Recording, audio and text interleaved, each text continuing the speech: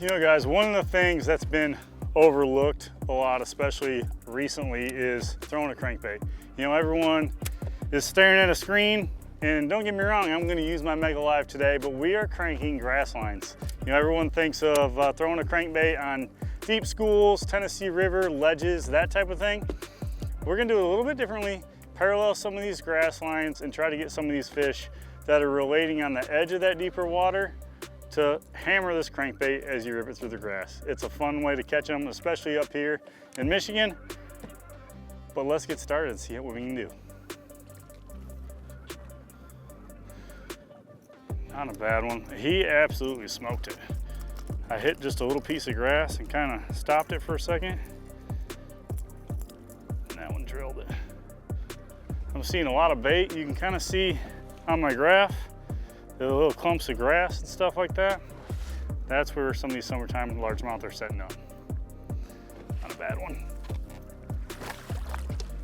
As you can see on the screen, this clump of grass here, and there's a few fish that are hanging around the edge of it. And I see a couple bigger ones. For the most part, they look like they're a little bit smaller.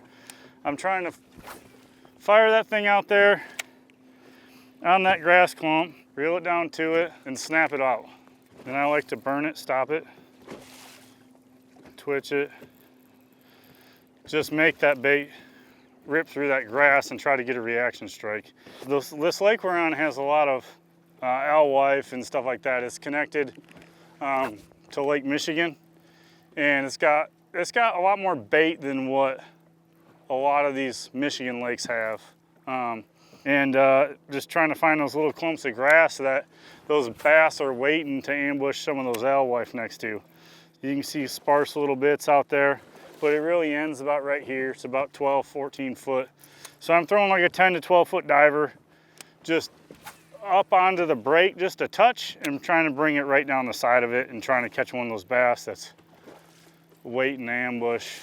So the big thing is trying to keep that crankbait free, snapping it through the grass. It's a little bit of a workout, but a lot of times that's what triggers the bite. You can kind of see these little balls of alewife like right here. That's right on that grass edge. As you pan out just a little bit, I mean, the alewife, especially with the wind blowing right in right here, is blowing right into this grass line. There's one.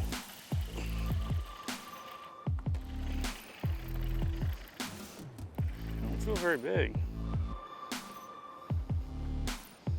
Oh, he's a nice one. Barely got him hooked though. That's a solid one, a little bit better one.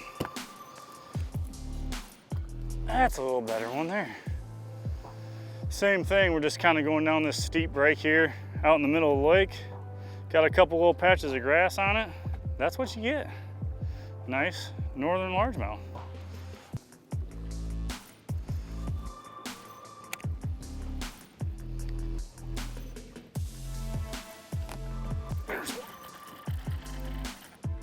That feels like a good one.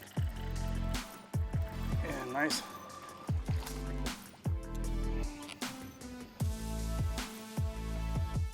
Decent little chunker. He had me fooled for a second though. Not a bad one, little chunker.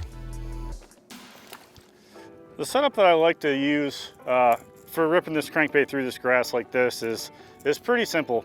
It's a Tatula Elite 7'4". It's a bladed jig rod, cranking rod, actually, so it's a little bit stiffer than just a standard crankbait rod. It's a medium heavy. It's got a pretty fast tip to it, but it still has, you know, that glass composite, so you get the feel, you get that load for that rod. But I'm throwing it on a little bit faster reel, a 6'3" gear ratio Tatula 150, so big spool. 12-pound fluorocarbon is usually what I use. A lot of times like 12 or 14, depending on how thick the grass is. Like this is Bass Pro Shops XPS KVD fluorocarbon. But 12 or 14 is ideal with that little bit stiffer rod. You want to rip this bait through the grass, and that's the key. I swapped these hooks out for the KVD Mustad hooks. They seem to be a little bit better at coming through the grass. It makes a big difference to be able to really clear that bait and get it coming through that grass.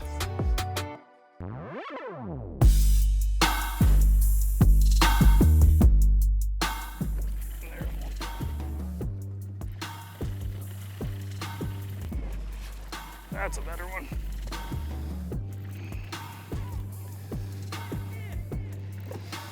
He barely got it.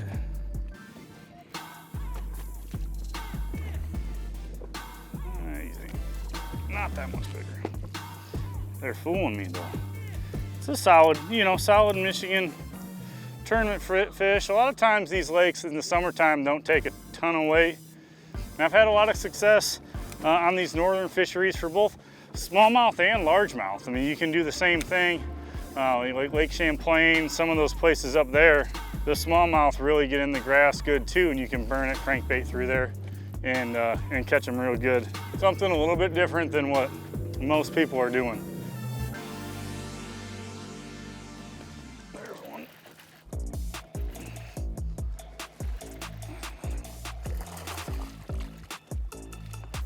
Another one.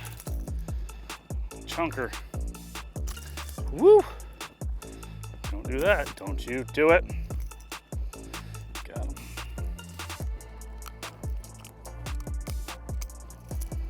Another just solid chunky one.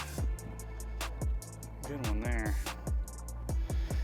Burning it down the edge.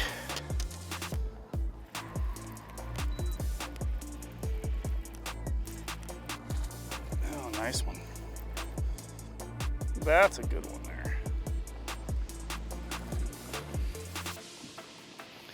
Solid one.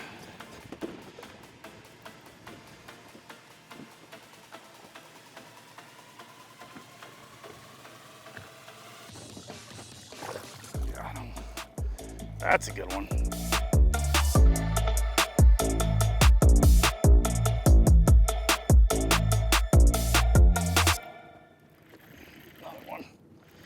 Found a little wad of them. This is a little guy.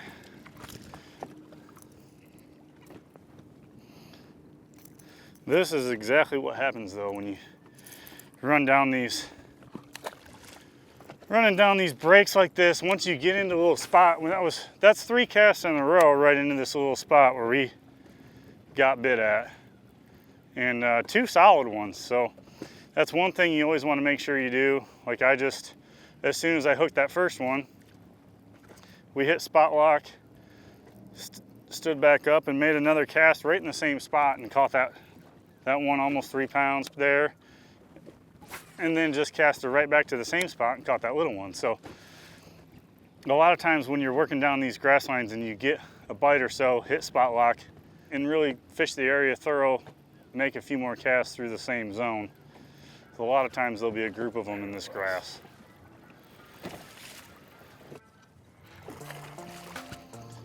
That one smoked it.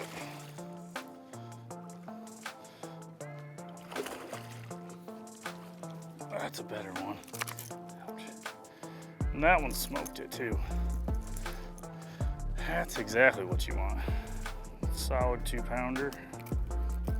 Maybe a little more. But cranking this grass edge, that's what you want midsummer. Cranking grass edges, pressured fish, but they absolutely unload on that crankbait down the edge of this grass. Man, it's fun.